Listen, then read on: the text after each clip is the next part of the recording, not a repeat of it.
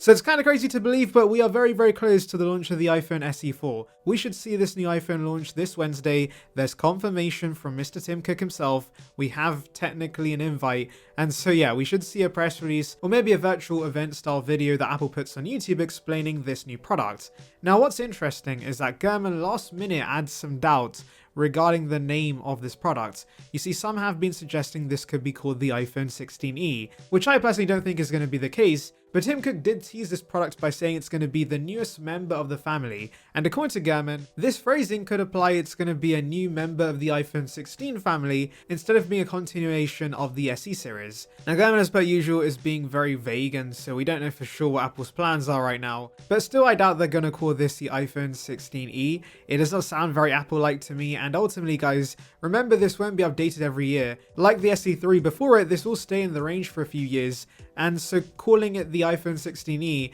is going to make it instantly outdated because when the iPhone 17 series comes out, this technically is going to be part of the older generation, whereas the SE branding is separate. And yes, I know some people think SE means small edition, but no, it means special edition, and well, it's just a fancy marketing name. It's not really a special iPhone, it's just an iPhone put together based on what Apple finds in the parts bin. And so yeah, in my opinion, SE makes the most sense, and actually because Apple's getting rid of the generation naming scheme, maybe this could be branded as iPhone SE 4, like AirPods 4 were. They weren't called AirPods 4th generation, they were just called AirPods 4, and so the same could happen here. This could be called iPhone SE 4 and not iPhone SE 4th generation. But yes, at the end of the day, it's just a name, I know. It does not make a massive difference to the actual product. Anyway, recently there's been some conflicting rumors regarding the SE getting a notch or dynamic island, but now credible display analyst Ross Young chimes in and tells us we should see, drumroll, a notch.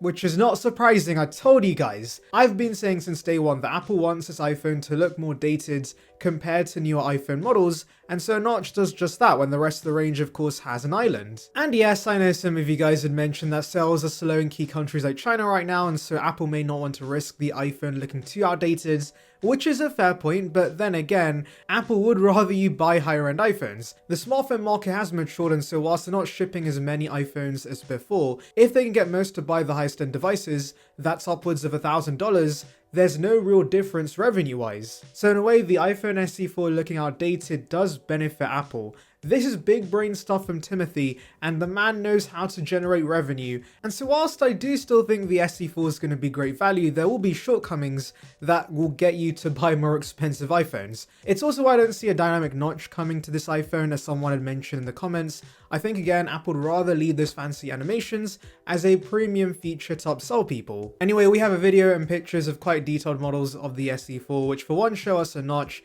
and on the back there will be one single camera that's going to be 48 megapixels, just like iPhone 16.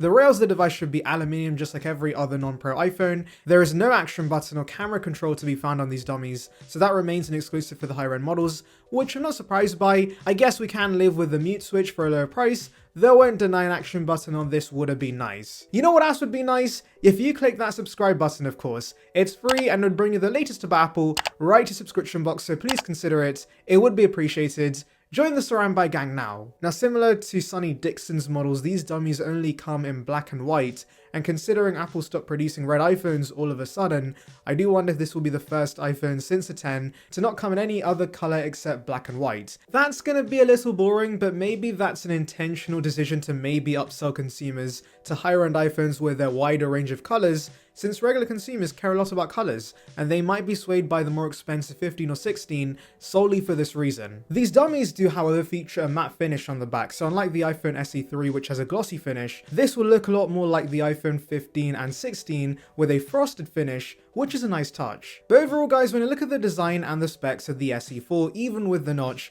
this does sound a little too good to be true.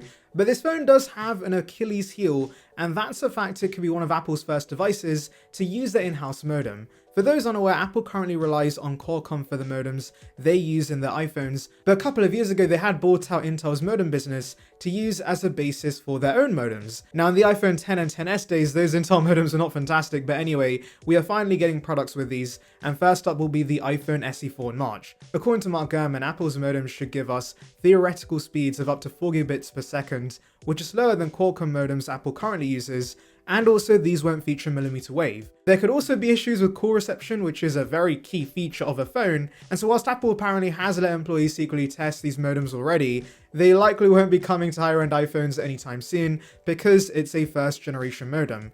But these disadvantages aren't as big of an issue when it comes to a lower end device, so using the SE as a guinea pig isn't a bad idea. Now, it's not all doom and gloom, because there will be some advantages when it comes to Apple's in-house modems, such as lower power consumption, improved cellular network scanning, and satellite connectivity enhancements. These will be produced by TSMC, and Apple plans these modems to replace Qualcomm's technology in iPhones by 2027. So we are still a while away before these modems become the de facto standards. But yes, hopefully there aren't too many issues with these first-gen modems. I'm sure speeds are going to be slower, but that works in Apple's favor once again, since that will push consumers to buy higher-end iPhones. But hopefully the speeds aren't too bad. Anyway, let's now recap everything we know about the iPhone SE, and guess what? Gurman does exactly that in a new report. So for one, he says this will be similar to the iPhone 14, which is not really a surprise at this point, or the dummies point to this, but Gurman also chiming in and corroborating on this is great news. This alone means we're getting Face ID instead of Touch ID, and of course a 6.1-inch OLED display, which would be a massive upgrade over the 4.7-inch LCD we have right now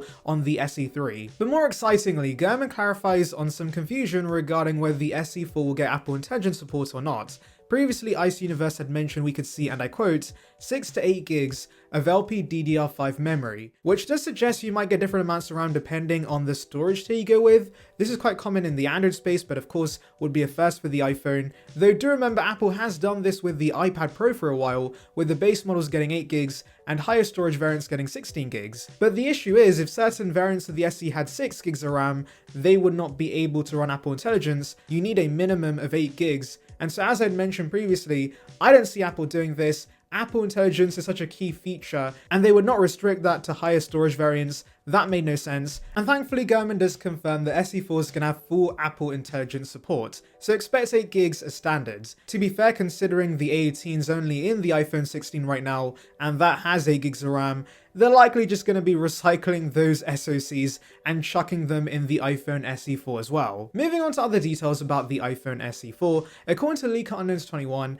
partially assembled prototypes of the next SE have been equipped with lithium-ion batteries bearing the model number A2863, which Apple has already used in the past for, guess what? Huge surprise! You didn't see this coming, the iPhone 14.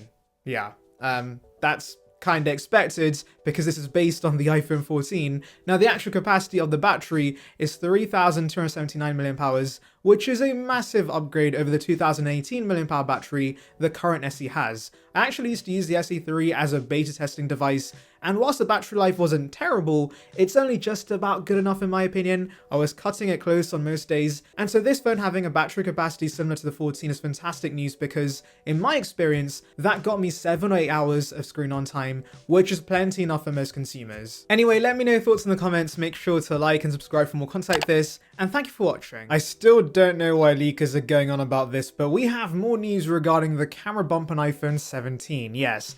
That's what people are fighting over nowadays because every leak will get new conflicting rumors